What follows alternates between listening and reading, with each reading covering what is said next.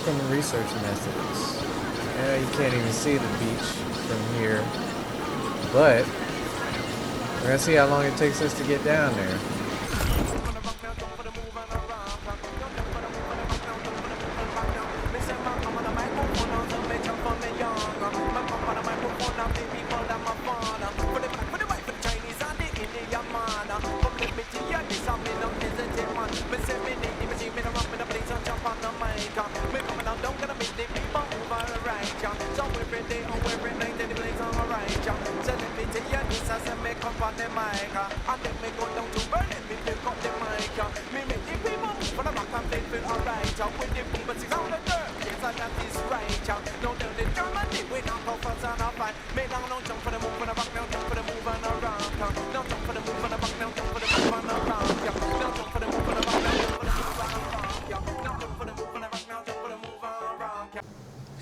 Here's a question for you. Do you know what the most effective treatment for anxiety disorders would be? Well, I'll tell you what I know as a clinician, someone who has looked at the broad research on the topic and seen from firsthand experience, the most effective treatment for anxiety disorders happens to be exposure therapy. So that's one way you can know something, is because you trust to believe in an expert. They know it, they tell you, and now you know it. Though you can imagine there might be some problems with that. I could be wrong, and therefore I'd be steering you all wrong by giving you bad information, and the fact that you took it at face value would mean that now you go off and spread that same misinformation.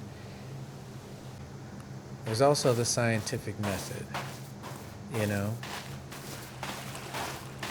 Let's say you wanted to develop a clock.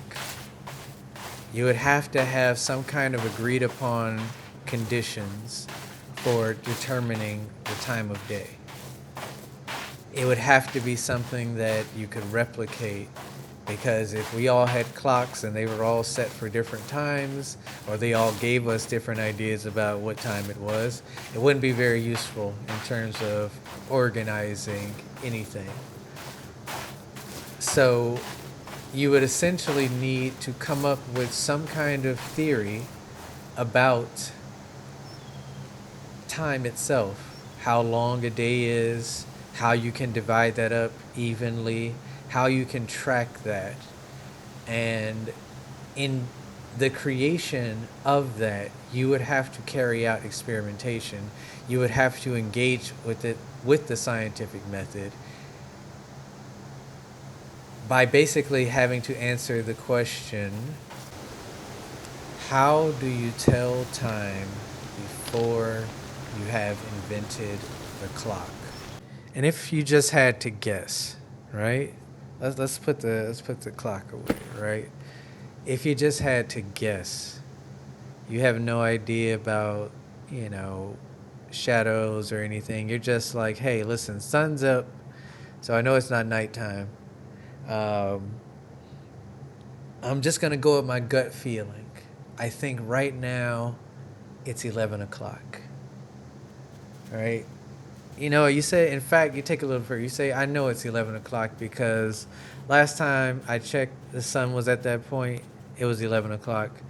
So I'm going to say that, going with my gut feeling, what just feels right. It's not about facts. It's not about rational thought. It's just intuition. What feels true to you is another way in which we know things. I don't have proof of this, but I just know it's true. Maybe I don't have all the evidence in the world beyond a shadow of a doubt, but you know what? I'm going to say, yeah, it's around 11. All right? Look at that, 10:57. All right? Mm-hmm. So when we think about the scientific method, we think about that empiricism. the idea earlier about making observations, looking around at the world, saying, okay, you know what, when the sun, this is about midday, right? When I've seen the sun at this high in the sky, it's halfway through its journey across before it's gonna, I'm halfway to sundown at this point, right? And so that's noon, high noon. Okay, so you could then figure out how much more. Wait, what's that sound? Science, the scientific method, is that empiricism, that observation, that learning and gaining knowledge by essentially doing your own little experiments. It's a systematized approach to doing that.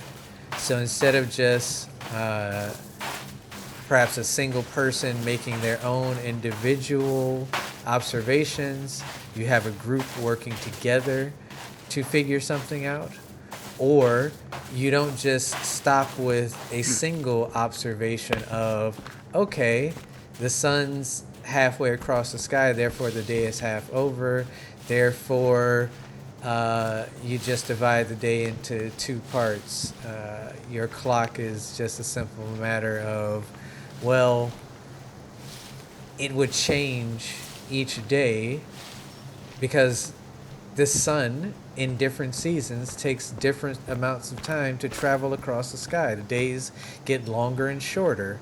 Your clock would be off if it was based simply on the position of the sun in the sky at this exact time. It's great for a culture, for a society in which everything is done during the daylight, but if you wanted to actually have a systematic approach where everyone had the same idea about what time it was, you would need to rely on something other than just the single observation of the sun's position in the sky.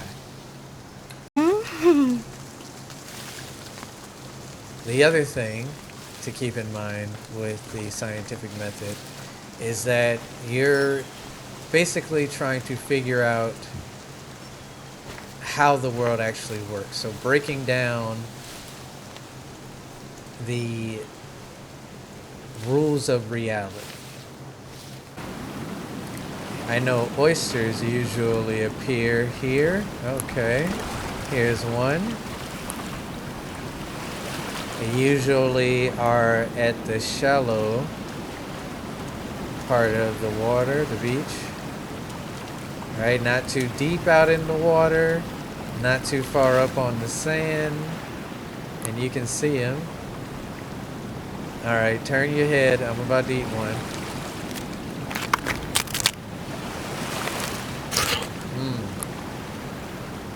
Look at that, fresh. I could never, not in real life.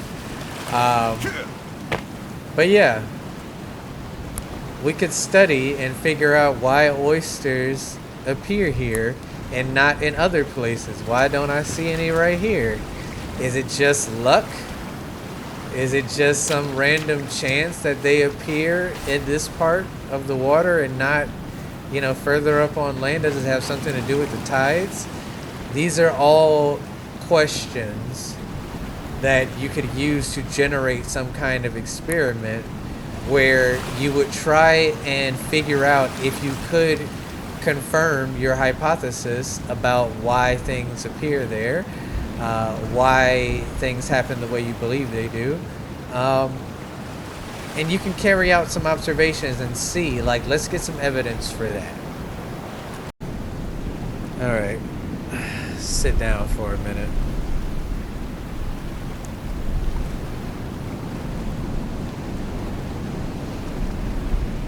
Let's take in the sights.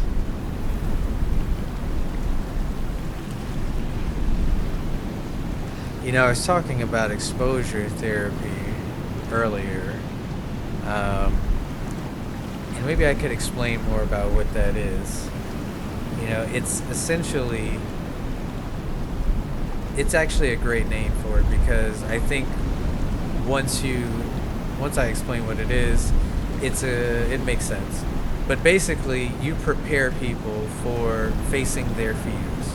So, if someone is afraid of snakes, for example, let's say they have some arachnophobia, right? No, that's fear of spiders, I think. Either way, people are afraid of either of these things. You start off by getting them to talk about it, right? So maybe they write the word down on a piece of paper, right? Maybe they draw an image of a snake, right? It probably causes them some level of anxiety, makes them a little bit afraid, but it's not the same as actually seeing a live snake in the room in front of them. So you get them to talk about it, to imagine it, to visualize it, and you guide them through this process as a therapist. Maybe you teach them some grounding techniques, right? So you think about, what can you hear? What are 5 things that you can hear right now? You can hear the wind. You can hear the water as it brushes up against the shore. The waving of the leaves in the trees, right?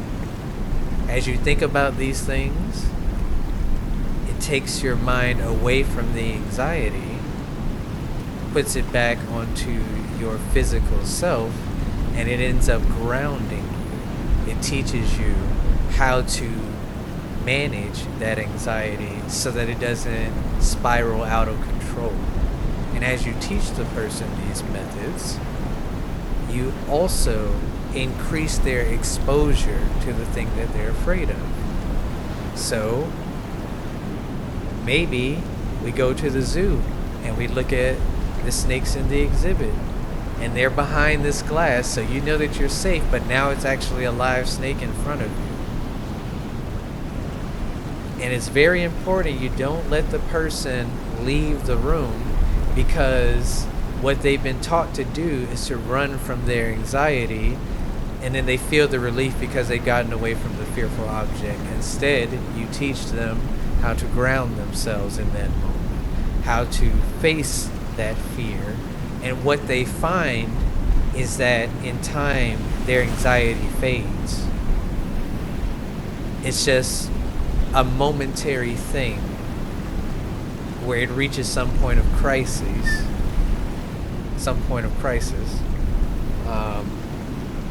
And then it comes back down. They relax a bit, and the grounding process of just getting in touch with your senses. What do you see? 5 things that you can see. You see the clouds, you see the sun, you see the trees. It takes your mind away from the anxiety. And the repeated exposure teaches people that they don't really have to fear this thing. That the anxiety is something that can be managed, and it helps empower them to actually do things that once they were afraid of. That's exposure therapy. And so, you think about how someone had to have this hypothesis that this was a way to help people, but it didn't stay there. They had to carry out some kind of case study, right? They had to try it out. They had to do some kind of research and figure out, could this help someone? Exposing them, having them face their fears, but in a controlled way, teaching them how to manage their anxiety along the way. Is this something that could actually change people's lives? Because on the face of it, it probably makes sense. We've all heard that you have to face your fears, but we've probably also experienced running away from something and being relieved that you got away, or wanting to simply just never have to encounter the fearful object because you just don't want to be afraid of it, Uh, some things you just want to avoid, regardless. But this is all face value, right? It may even be something that could be true for some individuals, but in order for it to be like an empirical treatment, you're going to have to test it out with a lot of people. You're going to have to prove that it wasn't just luck, or that the person didn't just feel better uh, randomly or unexpectedly, or for some reason that may be entirely unrelated to your therapy. Um, in fact, if you want to really trust my authority on the subject as a clinician, the biggest determining factor, and you know what, feel free to fact check me on all of this stuff. I welcome it. If you find something otherwise, please post it in the comments. But the most significant factor in therapy in terms of the success is the relationship between the therapist and client, regardless of what techniques you use, regardless of what kind of modality. Every therapist, it's like kung fu versus karate, MMA. Are you integrated? Are you psychoanalysis? Are you clinical? At the end of the day, empirical research has shown that the most significant factor is basically how close you are with your therapist, how healthy that relationship, that alliance is. That's the biggest factor more than anything. But when it comes down to techniques, hopefully you get a therapist that you like, who also knows how to do exposure therapy or grounding techniques to help you get over your fears, because that's what's going to really, these goals. Yes, I hear you. They want to be in this too. All right, it's getting close to sundown, so it's got to be like, let's say 6, 7. Let's say 6. Oh, 5:34. All right. Probably gonna have to wrap up soon.